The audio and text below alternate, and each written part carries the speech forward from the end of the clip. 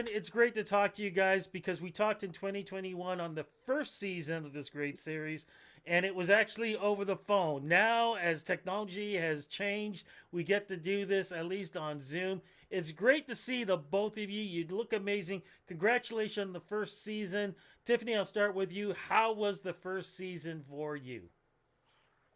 This season, are you talking about season one or season Season two? one. Season one. How was it? Season one was so unexpected and amazing. And season one brought a lot of learning and it brought Stephen Hodge into my life. And it also brought a lot of happiness for bakery owners. And it really showed myself and Steve that we have something here that could really help people. And after coming through the last few years that we have, I think the show proved to be very timely. And so I think season one was like, what they say, beschert in Yiddish, which is meant to be. And I'm excited for season two now that the viewers were really excited about it. And now we're back. So Yep. Yeah, no, and I'm so glad you guys are right back. Stephen, what do you think the magic is between you and Stephanie? I mean, the first season really was when you guys first met, and even from the first conversation I had with the both of you, I could hear over the phone there was chemistry between the two of you. I think they always say opposites attract, and Tiff and I are so different in so many ways. I think that's what makes it. You know, like for me, Tiff is family now, and she always will be. Whether the show continues or not, or we work together in the future, we don't. When you meet someone, you have that initial bond, and that's what happened with Tiff and I. And we respect each other. There's a lot of banter, but at the end, I think we care for each other, and we want the best, right? So she knows my family, I know her family, and it just works. Like there's no trying to be someone you're not. Like I can be who I am around Tiff, and I know that Tiff doesn't judge you. So that's what's so great about it. Stephen, I'm going to stick with you. For folks who have not seen what the series is, what is it exactly? Because you both are experts in your fields. So we build high-rise buildings, and I'm just kidding. You were going to try to catch me, weren't you? So we're on the road helping struggling bakeries revamp themselves and their bakery. So Tiff overhauls the whole design, and I look at the menu and look what they should carry on the menu, what they should carry, what should they take off, and kind of give them that business guidance on how to run a business. So in a nutshell, we are helping struggling bakeries get back on track. Tiffany, you said this earlier when we started, which is why I wanted to switch the interviews a little bit so people knew what the show was if they hadn't seen it, and talk about this part, because you said timely. And it really was important because when this series first started, this is when the pandemic was kicking in and people weren't sure if restaurants were opening and closing. You guys were a gift from heaven to help these struggling bakeries, because it's one thing when they're struggling because of, oh, I'm not sure, my design might be bad or my menu may not be working. But having the pandemic in at the same time, a lot of businesses, if it wasn't for the helping of you guys, could be completely out of business. Mm-hmm. Well, I think that, we all know that what's happened in the last few years has really hit small business. And certainly, depending on where you live, that small business happens to be a lot of bakeries and restaurants. And so this help has really helped these small bakery owners hone in on what their magic factor is, understand what is being bought, what are they selling, why is it popular, and give them a reason aesthetically to stay walking through that door time and again. And so if you're not a part of the show and you're not a bakery that we happen to transform, I think the show also acts as sort of a guide or a teacher to other bakeries that are watching, and they could heed some of the advice or see some of the changes that I've made in order to really change what they're doing. And it couldn't come at a better time, because now more than ever, these small businesses need to, really separate themselves from the pack and keep afloat. And so this work that Steve and I have been doing across Canada for Project Bakeover has felt like really important. And it's also felt like we were in the right place at the right time. And although there's only 10 bakeries on air, I know myself, I happen to be in touch with lots of bakeries all over the country that watch, and do my best to help them as much as I can. Now, this question is for both of you. Tiffany, I'm going to stick with you on this one. And then, Steve, I'm going to ask you the same question. What do you look for, Stephanie, when you go into these small bakeries and you want to change the design? Because I have to assume that culture is a big thing in what you're looking at. Location is a big thing that you're looking at. What are the things that you want to look at to help these small bakeries? It starts before you walk through the door for me. And Rudy, you want to look at something and say, what is this place? I got to go check it out. If you're driving by, or if you're walking, if you're on your bike, or if you're on public transit.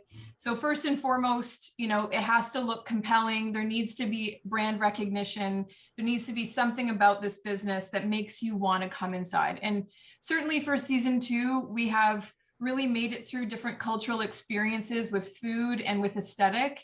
And I think once you go inside, depending on where this food is from, you really have to be sensitive to the environment, so that not only are you I'm making design choices that not only have to work with the food, but it also culturally has to work for the customer.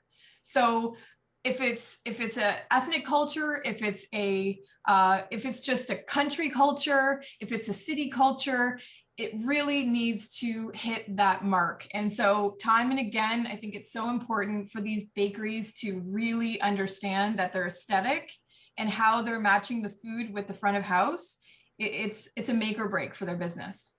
Mm-hmm. Stephen, same thing goes with you now when we're looking at the food.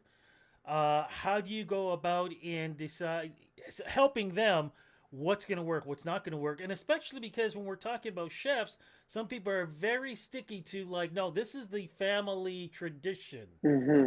How Mm-hmm. do you get past that to say to them, this might help, add this to this, Yeah. and get past of, and I say this with respect, ego.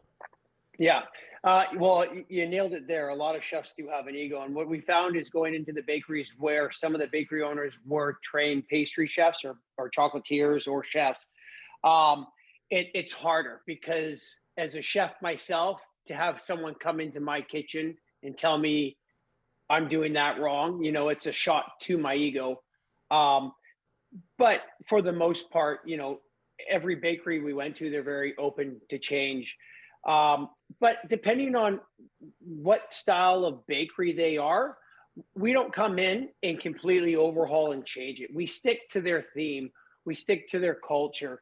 Um, what I do is I show them how to think outside of the box with new techniques to add a flair to what they're already doing. Like in episode 1 on Thursday with the Japanese bakery, I'm not coming in and saying, okay, let's eliminate your whole menu and let's do German style baked goods. No, because that's not true to their heritage, right? So, and what I love about it is when we go in and we learn about all this food from the different cultures, I'm learning myself, right? And that's why I love this show, because I learn something in the kitchen every day that I never knew. And I step away going, huh, ding, ding, ding. Why don't we do that at our shop? Um, and that's what's so great about it. But I think where I can help them with my knowledge is show them little tricks and ideas that they never knew was possible. So let's add this to this style of baked good that you make, or let's change a shape, or you know what? Um, let's add some spices that are common from where you're from, that they never thought was possible. So that's how we do it. Tiffany, what's been your favorite, without giving us too much, what's been your favorite part of the new season? Was there a certain episode? Was there a certain place that you're at? And again, not giving us too much. What would have been your Mhm. favorite? For me, Oh it's no, hold on. This one's Stephanie. Tiffany's. Tiffany. Yeah, Yes. okay, go Tiffany. Sorry. For me, Steve, I think you'll have a chance on this one too. I I think there's no one place and one bakery for me, Rudy. I think what I think stands out for me this season is my teamwork with Steve and how we have come together in a new way because we know each other way better now. And because of the teamwork, I'm way more emotional because the reveals are so much more compelling. And I'm not saying season 1 wasn't good, but it's a deeper connection between the food and the front of house. And the reactions of these bakery owners is so deep and so emotional. I cried a lot. It was a very emotional season. Yeah. I love that. Steven, now yourself, sir. Yeah, I think because of my background growing up, sports was a huge thing. So I always compare everything to like a team. And, it's those moving those puzzle pieces and bringing everything together to form that ultimate championship kind of thing. And with season 2, the bond between Tiff and I got stronger because we understand each other, but it was the team around us that we traveled with. Everybody excited everyone to do a good job. And we all helped each other out when it was needed. And there was no backlash. And, we all wanted success and we all hit it off. And I think that was the game changer for me this season. And I think because of that, you'll see in the episodes, it is more emotional. It is more high energy. It's just better all around. It's just like we brought in those missing puzzle pieces and brought them in, and we just formed a championship team. I will say this, Tiffany, the thing I love about you and your style is the fact that with everybody has been so boxed in and locked in, watching these great new introductions, what we see, it's almost like you're bringing us another beautiful light and letting people know that dark times can become light times. That's what I think you represent and bring to this show. Steven, it's almost the same thing, but it's the flavor. It's the yummies. It's about, wow, I can actually go out there and enjoy pastries. I can enjoy food. You both bring such an enjoyment to life in such a great way, and helping out small businesses, which is so important, has been so important throughout the pandemic. I want to say thank you so much for not just doing this interview, but thank you so much for representing the way you do for small businesses and representing fun and enjoyment. Thank you, folks, so much for this interview. Thank you, Rudy. I appreciate that. Congratulations on season 2, and I know we're going to be talking season 3. Absolutely. Oh, we'll be talking in season 8. I love it. Rudy, thank you for your kindness and your time and your big heart and thank you for watching the show and your support. It means a lot because every little bit of support matters, and shows like this wouldn't be possible if you're not paying attention and watching. So thank you very much. And I got to say very quickly, my mom loves the show, so she will be watching. Thanks again, folks. Okay, bye.